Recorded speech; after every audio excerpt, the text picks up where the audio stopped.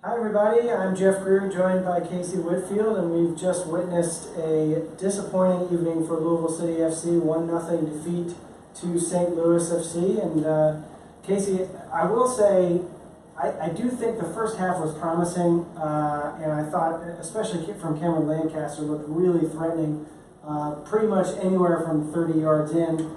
And just, they weren't quite able to break through in that first half, and it seemed like that just kind of set them back for the rest of the way.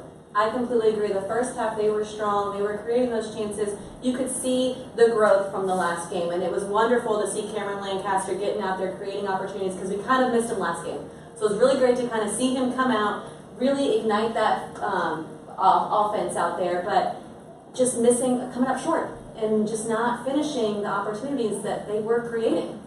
Yeah, and credit to St. Louis, a nicely set out corner kick there to get their goal early in the second half.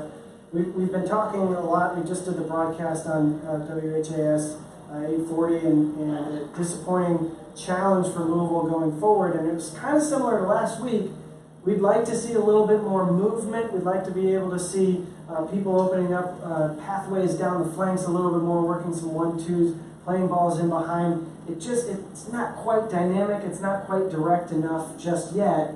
But we think that Louisville City has the players to be able to do that. It's just a matter of connecting all in the right moment. They absolutely have the talent, and they have the ability to do it. It's just getting comfortable with each other, getting comfortable to playing soccer and playing in a game-like situation again, from being off that long break to all of a sudden being like, oh, you're going to play all these games starting now. It's a big adjustment, and you can see the growth, which is a really big positive, and something that they should take away from this game is they did show change from the last game to this game. So now I'll be really interested to see what do they do in the next game.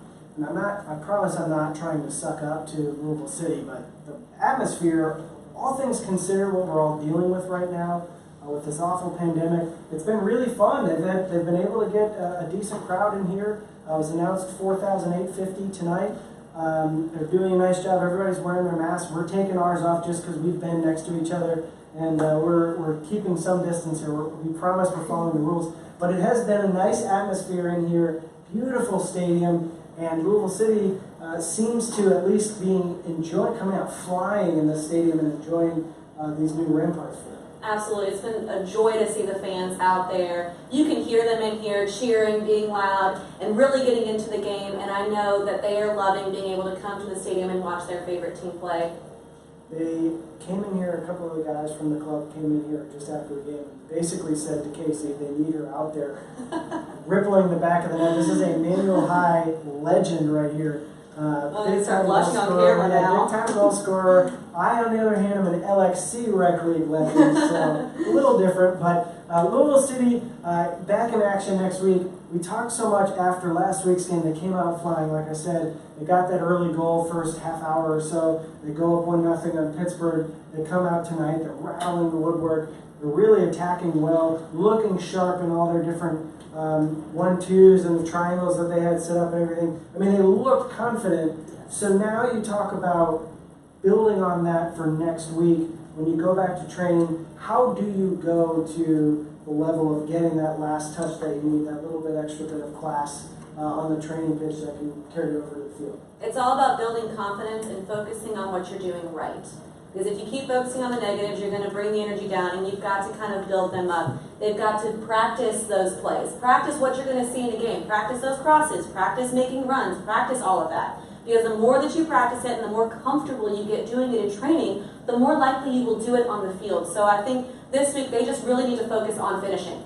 They need to focus on those chances in the box, focus on those corner kicks and those opportunities that they're getting, and how are they going to find solutions for those. Do you have a choice for man of the match? I know Pat McMahon won the poll on Twitter. Was there someone else that you see? I actually saw somebody else that I was loving watching. It was Anthony. Open up playing. I just loved watching him play. The French names, yeah. I know I can't really say it very well, but I tried. Whenever he plays, there's a lot of energy. Yes. He and Brian Ownby both bring a lot of energy. They've got to be so annoying for outside backs to have to I would hate playing against them. Yeah. But a lot of energy. So what else do you like about him? Just that he was a threat going forward, or what? Just the amount of work that he did. He was on one side of the field, then he ran to the other side. And like Brian Obi, I'm used to seeing that from him. I mean, he makes like a 60-yard run, and you're like, oh wait, where did he come from? So it was really neat to see another player that kind of complements his style to have on the wing, so they can do that interchanging. And I loved the way that he never gave up. At one play, he was on the ground, and you think that the play's over. He gets up and he creates a chance off of that. And I just love that work ethic and tenacity to do what he can to help his team. You're not going to find a guy, and this is purely from watching a lot of games from the radio booth over the past couple of years, you're not going to find a guy who has more enthusiasm and passion than Antoine Opino. You could see it coming off the field. He was frustrated, yes. just angry that they didn't score. The amount of opportunities he alone got involved in, I can understand the frustration. Any last parting thoughts that we can leave our wonderful friends here with? No, I'm just excited to see what they have next. They've continued to grow and make changes, and I cannot wait for next game to see what they bring to the table. All right, well, thanks so much for joining us. And remember, you can listen to us on News Radio 840 WHAS.